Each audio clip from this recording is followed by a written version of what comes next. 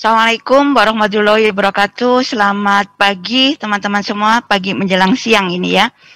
Jadi pada kesempatan kali ini saya diminta teman-teman untuk berbagi apa sih yang bisa kita lakukan pada lansia gitu ya. Ketika kita berhadapan dengan pasien lansia yang tadi sudah diceritakan Dokter Dewa, banyak ya. Lansianya tambah banyak gitu. Nah, terus kemudian ditambah lagi banyak hal yang terjadi pada lansia. Mudah-mudahan teman-teman setelah tadi menyimak pemaparan Dokter Dewa jangan tambah bingung ya. Artinya, wah banyak banget mau ngapain nih dengan lansia gitu ya. Nah, mudah-mudahan nanti di akhir acara ini teman-teman menjadi lebih jelas, lebih mengerti apa sih yang harus dilakukan ketika kita berhadapan dengan seorang lansia. Nah, pemaparan pada Scuba 4 ini sebetulnya bukan hanya sekedar menambah ilmu, menambah pengalaman gitu, tetapi kita berharap sebetulnya setelah Anda mendapatkan pemaparan dari kami, kemudian jadi timbul ide, inspirasi gitu ya, mungkin malah nanti lebih meningkat lagi inovasi gitu. Mau ngapain nih lansia? Kalau udah nggak mau makan apa dibiarin atau apa. Nah, makanya teman-teman jangan kemana-mana ya. Jangan juga disambi mengerjakan apapun. Nanti setelah saya ada yang jauh lebih menarik lagi ya. Oke, kita mulai lagi. Apa yang bisa kita lakukan, apa yang dietitian, nutrisionis bisa lakukan. Slide yang pertama, monggo silakan. Nah, tadi disampaikan Bu Miranti juga sudah menyampaikan, kemudian diperkuat lagi oleh Dokter Dewa, populasinya semakin banyak. Sehingga apapun yang terjadi teman-teman tidak bisa menghindari. Enggak deh, aku ngurus yang lain, enggak ngurusin lansia. Itu satu hal yang tidak bisa kita lakukan karena memang populasi semakin banyak. Masalah lagi yang berikutnya adalah bahwa pada lansia tuh muncul penyulit. Penyulitnya tadi sudah dikupas tuntas sama Dokter Dewa, banyak banget ya. Dari sisi penyakitnya sendiri seperti apa, belum lagi dari sisi hormonal dan lain sebagainya. Kemudian mulai ada keterbatasan. Keterbatasan itu bisa berawal dari keterbatasan untuk beraktivitas gitu, sampai ke keterbatasan dalam sisi mewujudkan apa yang diinginkan. Artinya di sini dari sisi ekonomi. Nah, kemudian masalah kesehatan. Teman-teman tadi sudah lihat banyak banget ternyata masalahnya. Tidak berhenti di DM saja. Misalkan pasien DM, tetapi dia pada lansia problemnya akan bertambah. Akan berbeda dibandingkan dengan DM itu pada pralansia atau pada usia dewasa gitu. Nah, belum lagi masalah psikis. Nah, masalah psikis di sini tuh tadi Dokter Dewan ceritakan, oh kalau begitu dia mungkin merasa kesepian. Saya sepintas tadi sempat juga lihat ada teman-teman yang nulis, udah ditinggal nih semua sama anaknya, yang menikah, yang kemana gitu. Apakah kemudian ini sebagai pemakluman, ya nggak apa-apa, ada masalah psikis, ya biasa kalau psikis nggak suka makan. Nah, nanti teman-teman akan lihat apa sih pengaruhnya kalau hal itu dibiarkan. Nah, kemudian belum lagi dari sisi budaya. Di Sarjito itu kalau saya tidak salah kita dari tahun 97 itu kita sudah mulai ada tim geriatri gitu ya. Nah, makanya saya berbahagia sekali pada kesempatan pagi ini kita bisa bareng ini sama guru saya, Dokter Dewa itu guru saya. Nah, sebetulnya ada lagi satu lagi. Nah, itu yang kita belum bisa menghadirkan, itu malah maha guru kita. Beliau yang ngajarin kita bagaimana mulai kita peduli sama lansia dari sisi yang paling sederhana. Termasuk di sini budaya. Nah, kita punya di Sarjito itu yang assessment geriatri. Jadi ada tim assessment geriatri. Ini sih dari berbagai bidang di sini. Nah, ketika kita bicara budaya, kenapa saya sampaikan mayoritas gitu, mayoritas pada lansia kita yang laki-laki gitu. Nah, mereka ini masih tetap, artinya apa? Kebanyakan, ya kalau saya ditinggal pergi, saya sendiri di rumah, ya saya seadanya. Kalau pas gak ada apa-apa ya sudah. Jadi mereka tidak, istilahnya memang tidak terbiasa secara budaya, gak usah ke dapur gitu ya. Kalau laki-laki gak usah ke dapur, tempatnya ke sana itu tempatnya perempuan. Itu salah satu budaya sederhana yang ternyata itu pengaruhnya luar biasa terhadap asupan makan. Nah, kemudian ya dengan berkembangnya waktu mungkin kalau yang sekarang yang mandiri juga banyak juga gitu ya. Nah, kemudian penanganan secara multidisiplin. Tadi saya ceritakan kenapa penanganan secara multidisiplin itu karena tadi asesmen geriatri itu kita ada 9. Kalau saya tidak salah ada 9 ahli di situ. Nah, kemudian kita secara bergantian di sana kita anamnesis. Ada apa sih? Apa sih yang perlu kita tangani? Nah, setelah proses assessment itu akan dilanjutkan dengan diskusi. Nah, ketika diskusi inilah, nah biasanya itu paling kalau kita istilah Jawanya paling gayeng gitu ya. Kalau kita diskusi kemudian yang mimpin gurunya gitu, yang tadi sudah share ke Anda mengenai pengalamannya. Maka di situ akan ketahuan, oh ternyata tidak bisa, orang tidak mau makan itu ternyata tidak berhenti di upaya dipaksa makan. Karena apa? Ternyata harus dilihat multidisiplin, berarti mana sih yang perlu diselesaikan dulu gitu. Karena itulah lansia itu identik atau sangat kental dengan yang disebut kolaborasi. Saya mengingatkan teman-teman, walaupun masalahnya masalah gizi, kalau itu terjadi pada lansia, jangan pernah berpikir bahwa itu hanya akan selesai dengan kita saja. Itu yang harus teman-teman perhatikan betul. Itu belum tentu karena makannya kurang loh.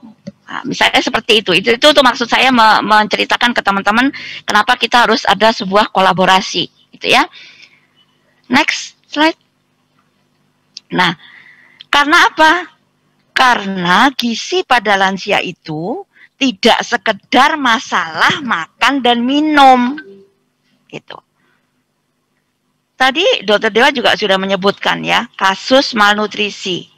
Itu di studi di berbagai negara, itu kasus malnutrisi tertinggi ada di bangsal perawatan geriatri. Nah, harusnya dari sini teman-teman sudah mulai tergelitik harusnya. Kalau gitu berarti harus ada yang spesial untuk gizi lansia. Ya, karena apa? Karena gizi pada lansia itu mutlak perlu diperhatikan. Jadi tidak hanya sekedar dilihat, dianamnesis, dapat masalahnya, didiskusikan, selesai. Enggak. Tapi intervensi kita lakukan, kita monitoring lagi apa yang perlu kita rubah. Karena memang banyak sekali yang akan mempengaruhi kondisi pada lansia. Ya, next slide.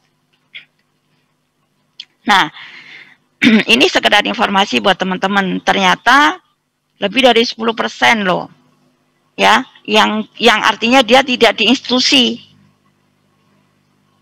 Kemudian 10-50% dia memang ada dirawat di rumah sakit karena penyakit akutnya. Gitu. Nah, tetapi yang 10-70% itu justru membutuhkan perawatan yang lama sampai kemudian ada home care. Kalau tidak salah, kita di Sarjito itu juga yang pertama kali ada home care, ya memang home care pada lansia. Ya, sampai kita kemudian ada paguyuban, Adioswo, sampai kita ada relawan. Nah, nanti Anda kalian akan tahu banyak misalnya apa yang bisa dilakukan. Gitu ya. Next slide. Ya, next.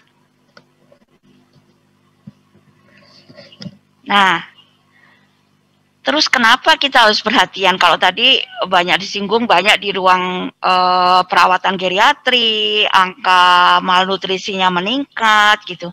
Karena ternyata dengan adanya hospital malnutrition ini, maka akan meningkatkan resiko ada komplikasi. Ada readmission, ada dia yang rawat ulang. Dan sudah barang tentu kalau itu kita biarkan, maka akan memperpanjang length of stay-nya. Belum lagi kalau itu kita kaitkan dengan adanya peningkatan biaya perawatan. Nah, kita itu sebetulnya kalau gizi itu komplit. Ya, karena itu kenapa kita ASDI Jogja itu kalau kita bikin acara scuba itu harus ada studi kasus sesuai dengan memang kita tujuan utamanya itu, dan kemudian juga selalu ada sisi penyelenggaraan makan, karena pasti akan terkait dengan hal itu. Apakah akan didiamkan saja, akan dirubah sementara dia akan meningkatkan biaya makan? Nah, itu juga termasuk hal yang harus kita perhatikan. Jadi sekali lagi hal-hal ini yang harus kita perhatikan. Next slide.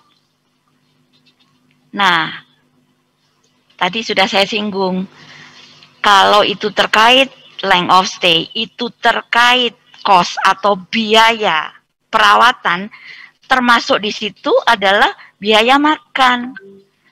Jadi otomatis terkait erat dengan efisiensi dalam anggaran penyelenggaraan makan.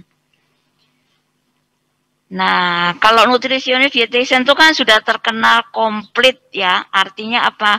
Tidak hanya bisa anamnesis pasien, tidak hanya bisa screening lah yang paling awal, tapi dia juga harus bisa menjamin bahwa apa yang terhidang di depan pasien itu adalah sudah melalui kajian gizi.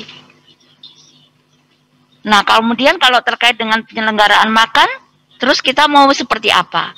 Tentunya kita harus memperhatikan menu untuk lansia. Memang banyak yang mengatakan atau ya sebagian besar berpendapat kalau lansia itu balik lagi kok kayak anak-anak. Ya tidak semua sisi seperti itu.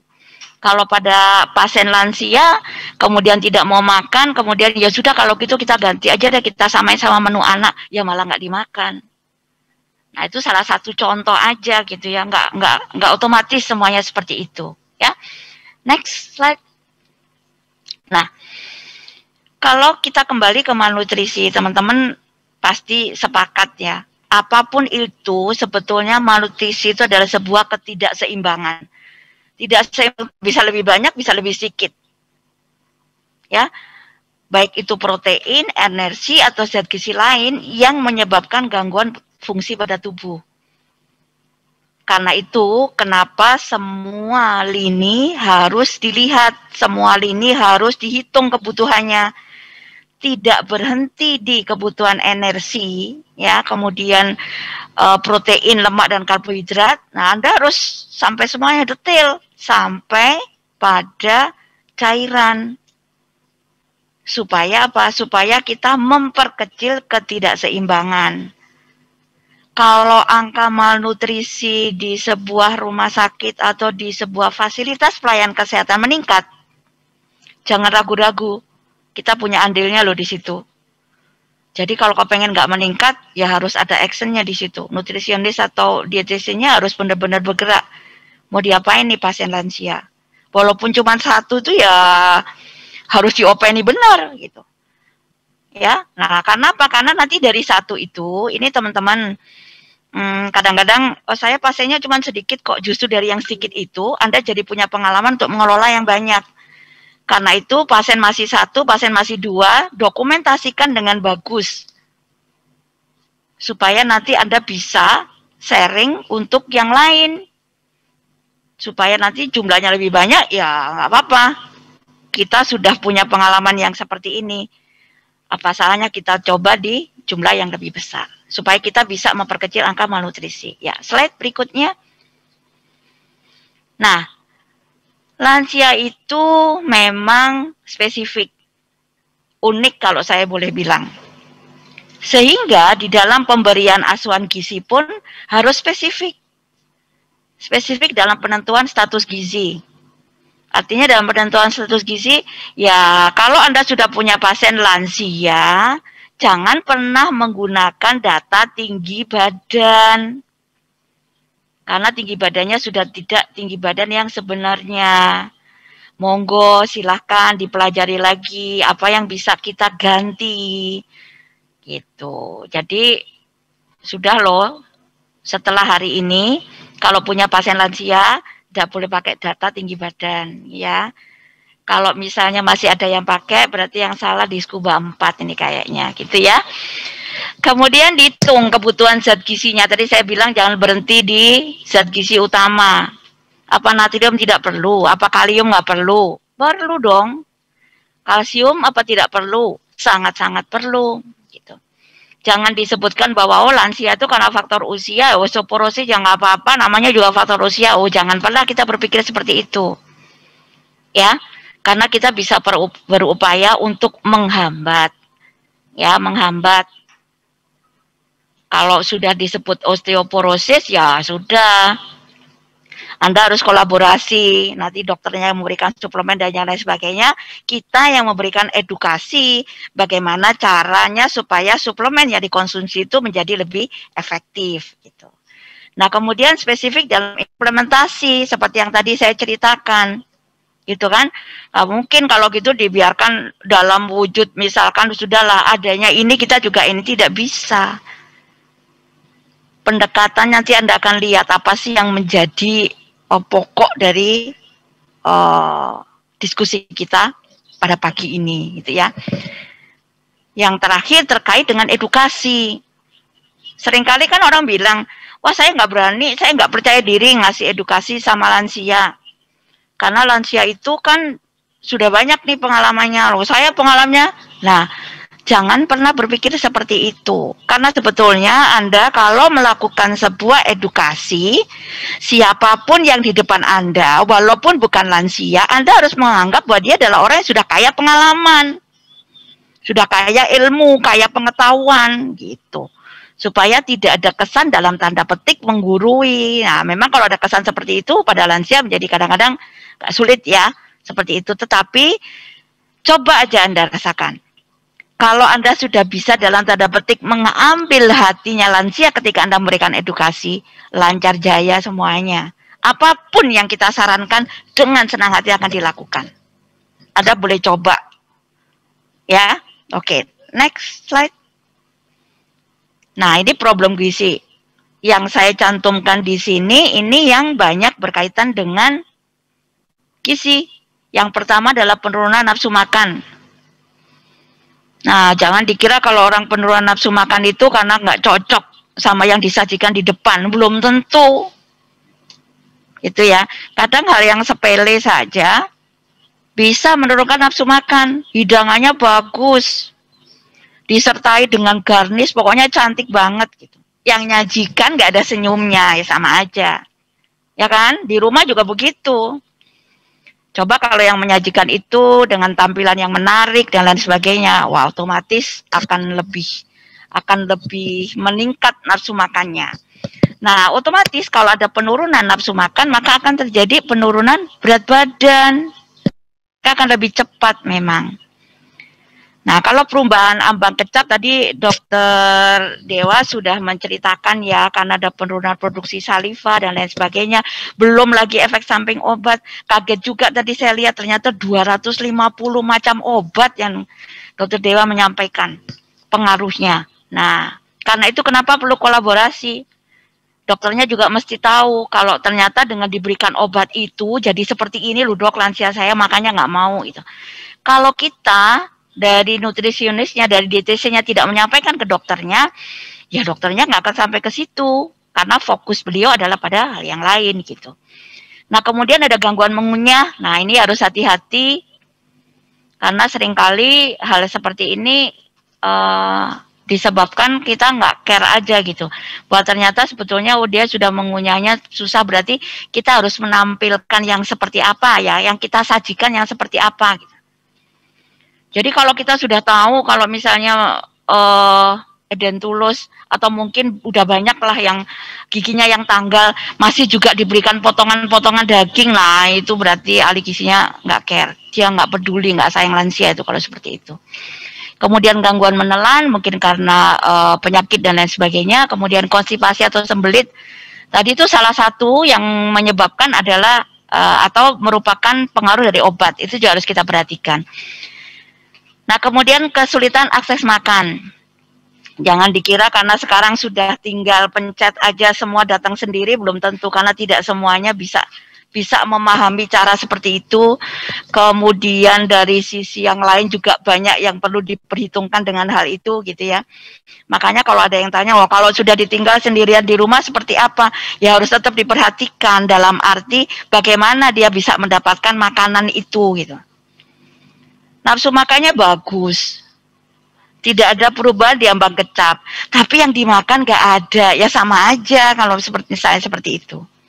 Nah, karena itu, jangan pernah lupakan peran pendamping. Yang saya masukkan di sini, kalau Anda punya klien, punya pasien lansia, maka Anda harus akrab, harus komunikasinya bagus gitu ya, dengan pendampingnya. Karena seringkali lansia tersebut sangat tergantung kepada pendampingnya. Kalau pendampingnya tidak kita beri edukasi, maka yang akan disajikan pasti salah. Tidak sesuai. Gitu ya. Oke. Slide berikutnya. Nah, kalau misalnya kita punya pasien lansia yang anoreksia, maka yang pertama kali harus kita lakukan adalah mendiskusikan penyebabnya. Anda cari penyebabnya ini apa. Kalau ternyata penyebabnya dari sisi bukan dari sisi gizi, ya jangan bersikeras diselesaikan. Anda nggak akan selesai dengan seperti itu. Itulah kenapa lansia itu sangat-sangat perlu kolaborasi, gitu ya. Sangat perlu kolaborasi karena itu terkait hal itu. Nah, kemudian kita cari yang terkait erat dengan asupan makan apa. Nah, mungkin bisa nanti di cross check juga ke Dokter Dewa. Dokter Dewa itu kalau misalkan kita diskusikan pasien assessment, kemudian dia perlu konsultasi gizi, dia perlu mendapatkan konseling gizi, sementara dia juga punya problem dari sisi psikis, saya selalu mengatakan, dok, biar yang di sana nyelesaikan dulu, saya belakangan. Karena apa? Karena kita tidak mungkin merasakan, misalkan memaksakan hal seperti itu ketika secara psikis beliau belum siap. Kalau itu sudah oke, kita yang jalan. Nah, kemudian kita merencanakan alternatif solusi, ini yang kita harus melibatkan pendamping. Yang kita harus melibatkan pendamping. Ya, artinya siapa yang menyiapkan makan di rumah, dia tergantung dengan siapa. Kalaupun harus diingatkan, siapa yang harus telepon, mengingatkan, dan lain sebagainya, itu yang kita libatkan. Kemudian, sekali lagi, saya akan tidak pernah bosan untuk menuliskan kolaborasi. Karena mutlak ini harus kita lakukan ketika kita menangani pasien lansia. Tidak bisa berdiri sendiri. Ya, next slide. Nah, ini yang terdekat dengan gizi, tadi saya katakan kondisi gigi dan mulut, gangguan mengunyah gitu ya. Kesulitan akses, tadi saya ceritakan mungkin dia ada sih misalnya tukang sayur, ada yang bisa dia titip untuk belanja, tetapi itu 2 hari sekali, itu 3 hari sekali misalkan. Nah, Anda perlu memberikan tips, kalau gitu yang bagus disimpan untuk sekian hari, yang jenis yang mana. Cara penyimpanannya seperti apa. Nah, itu juga materi atau yang perlu kita tekankan ketika kita memberikan konseling. Tidak hanya berhenti di apa yang harus dimakan dan apa yang tidak boleh dimakan, tetapi termasuk bagaimana dia cara mendapatkan yang bisa dimakan. Nah, kemudian kesulitan mengambil makanan. Nah, ini kan pada beberapa yang sudah mulai kesulitan menggerakkan, misalkan sulit berjalan, mungkin ada gangguan di tangan dan lain sebagainya. Ini yang harus kita jembatani, bagaimana supaya dia tidak perlu jalan jauh tapi dia bisa mendapatkan itu. Makan sendirian. Nah, ini juga penting ya. Artinya ada yang memang sudah terbiasa dari dulu makan sendiri, ya sekarang pun misalnya tidak akan jadi masalah.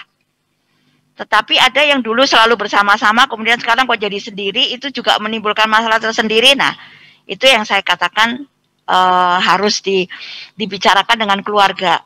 Kemudian kehilangan kemampuan mengolah makanan.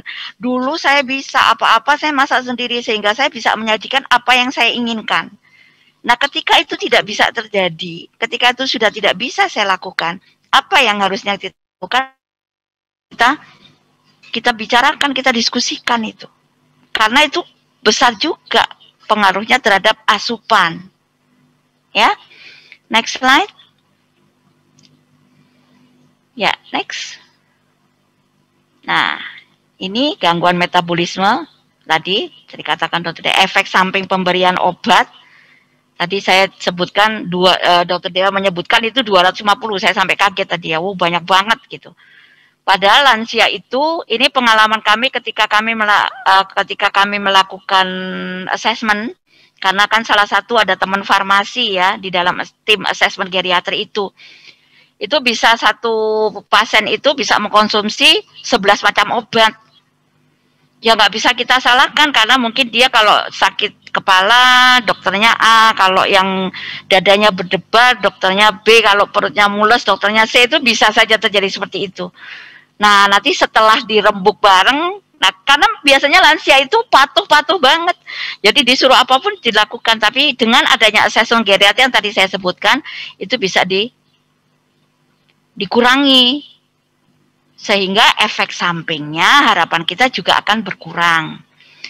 Nah, kemudian penurunan produksi air liur, nah ini juga memang beberapa waktu yang lalu ketika kita sempat diskusi dengan teman-teman dari kedokteran gigi, mereka juga menginfokan bahwa ya memang tidak bisa, mungkin bisa dibantu untuk menambah produksi dengan konsumsi permen ya, tapi kan nggak semuanya juga, nanti itu juga ada efek sampingnya juga kalau misalkan dia kemudian tidak membersihkan ya, artinya setelah itu dia, nah itu juga tidak bagus. Kalau di luar negeri katanya memang sudah ada metodenya, sudah ada untuk menambah produksi itu, tapi pada saat itu beliau mengatakan kalau di tempat kita belum ada. Kemudian adanya inflamasi, nah ini khusus untuk teman-teman, inflamasi ini terkait juga dengan konsumsi karbohidrat, terutama karbohidrat sederhana. Itu makanya lansia itu dikasih tahu nggak usah minum manis-manis karena dulu sudah pernah manis gitu. Kalau Anda bilang sekarang manis, sih mereka mesti protes, enggak lah gitu. Nah makanya kita bilang sudah pernah manis gitu ya. Supaya apa? Supaya mereka juga diajarin untuk tidak sering konsumsi yang manis-manis, bisa minuman, bisa makanan, bisa apapun. Karena itu juga bisa berpengaruh terhadap munculnya atau memperparah adanya inflamasi. Kemudian pengaruh perubahan hormonal, nah ini juga nanti juga Anda diskusikan dengan dokternya, misalnya dapat apa, harusnya hormon apa yang berpengaruh dan lain sebagainya gitu ya. Slide berikutnya. Ya, next slide. Next ya. Ini tadi saya katakan, sebelum mengatasi problem gizi, atasi masalah psikis. Ini memang benar-benar terjadi nih. Jadi kalau pada kasus-kasus memang kebanyakan kasus memang terkait dengan psikis. Psikis itu jangan dibayangkan dengan marah ya, dengan ngambek, dengan ngelempar-lempar, tidak selalu seperti itu. Ketika lansia itu diam aja gitu ya, atau lebih pendiam dari biasanya, Anda juga sudah harus mulai curiga. Kenapa sih seperti ini? Itu ya. Kemudian olahraga ringan yang dapat membantu mencegah penurunan massa otot. Nah ini juga penting. Ini waktu itu Dokter Dewa penelitiannya itu salah satu penelitian dari Dokter Dewa terkait dengan ini juga pada lansia. Ya sehingga nanti kalau orang itu bisa saja gitu. Orang ini saya ceritakan olahraga ringan. Saya pernah punya pasien usianya sudah 70 tahun tapi beliau tuh punya komunitas banyak banget. Sehingga hari-harinya tuh full untuk olahraga. Nah, sedangkan asupan makannya dia seperti itu juga, akhirnya ya kondisinya malnutrisi, artinya malnutrisinya gizi kurang. Setelah dia diberitahu bahwa oh caranya itu seperti ini loh, boleh ikut olahraga tapi tidak dari Senin sampai Minggu, misalnya seperti itu. Nah, itu yang dikatakan dulu ya. Next slide. Ya, nah ini dia strategi pemenuhan kebutuhannya. Jadi teman-teman, kalau untuk kebutuhan pada lansia sudah ditentukan dulu. Soal nanti kemudian ternyata dia tidak bisa memenuhi dari yang seharusnya, maka yang perlu dilakukan adalah modifikasi. Artinya modifikasi sini bisa bentuknya, bisa frekuensinya, gitu ya. Jadi jangan pegang pedoman misalkan harus 3 kali makan gitu. Kemudian harus 2 kali snack atau mungkin terus snack enggak. Enggak boleh snack banyak-banyak, cukup 2 kali atau 3 kali. Kita tidak perlu seperti itu. Kita lihat kasusnya seperti apa. Satu hal lagi yang teman-teman harus ingat gitu ya. Jadi pada lansia ini memang uniknya gitu ya. Kadang-kadang itu dia sudah tahu, oh saya itu nggak suka makanan itu. Tapi dia tidak sampai keluar kata-kata jangan itu yang disajikan misalkan. Nah, hal yang seperti ini itu juga akan mempengaruhi asupannya. Kalau lama-lama semua yang disajikan tidak sesuai dengan yang yang diinginkan, ya muncullah anoreksia tadi. Itu yang kita harus hati-hati. Kemudian sesuaikan jenis makanan dengan masalah dasar. Artinya adalah sebetulnya problemnya dia itu di mana. Kalau itu lebih banyak terkait dengan penyakitnya, maka kita akan mengikuti jenis diet itu sesuai dengan penyakitnya. Kalau itu kembali, kalau itu masalah-masalah psikis, diselesaikan dulu masalah psikisnya. Baru kita mengikuti di belakangnya. Kemudian pengawasan posisi makan, ya, posisi makan di sini artinya ya kalau dia sudah banyak keterbatasan memang harus didampingi. Jadi pernah kita ada pasien, sebetulnya nafsu makannya baik, tapi kenapa kok asupannya berkurang? Ternyata dia ada kesulitan ketika menyendok makanan. Jadi makanan itu belum sampai ke mulut sudah habis. Itu terjadi berulang-ulang dan tidak ada yang peduli, ya akhirnya dia putus asa, mending nggak makan aja. Nah hal ini yang kita katakan ya dirubah posisinya, piringnya jangan terlalu jauh dari mulut, misalnya begitu. Itu salah satu contoh saja.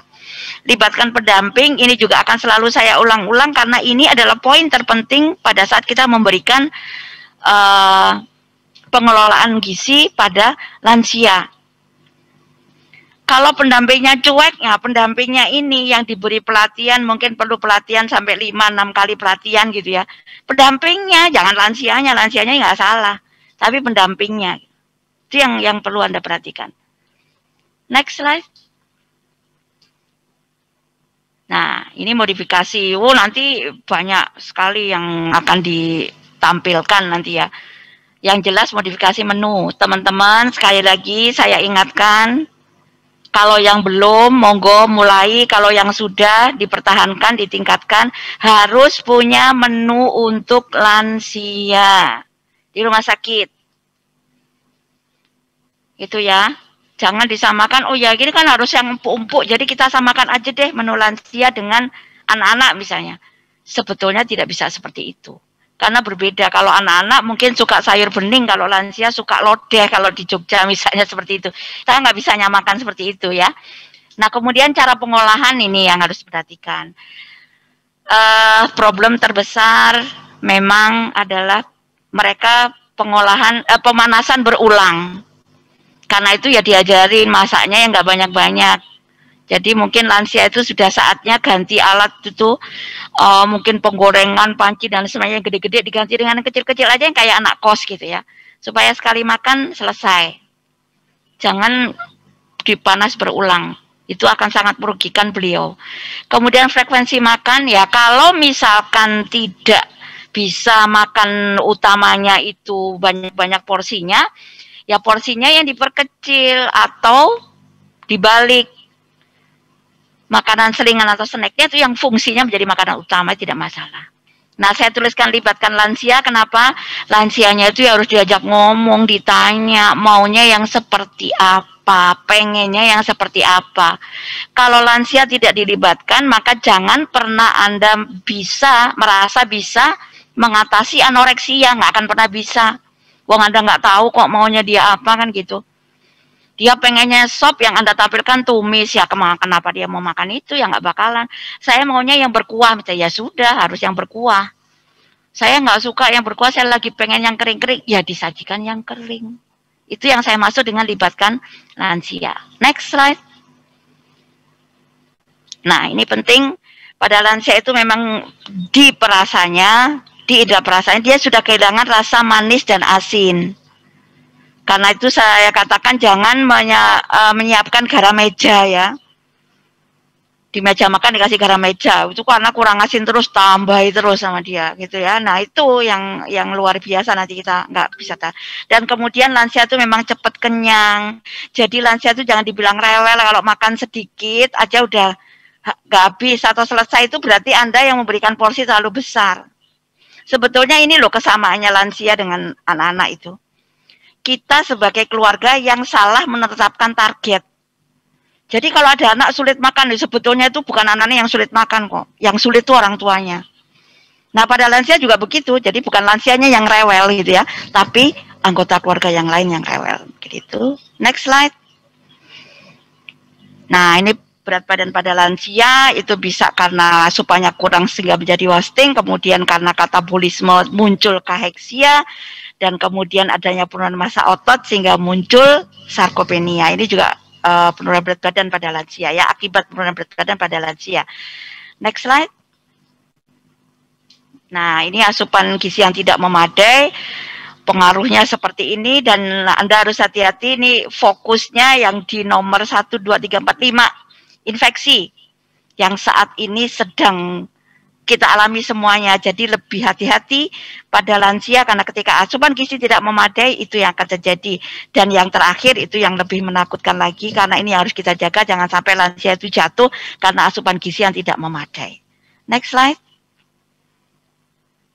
Nah ini intervensinya, kita hilangkan dulu pembatasan makan, artinya apa? Kita fleksibel aja sama lansia itu. Berikan porsi kecil, tadi sudah saya bahas, dan hidangkan menu favorit, tadi yang saya katakan libatkan lansia itu pengennya apa. Ya. Nah setelah kondisi teratasi, baru kita terapkan kembali diet secara bertahap. Ini yang intervensi gizinya kita harus luas di sini gitu ya. Slide berikutnya.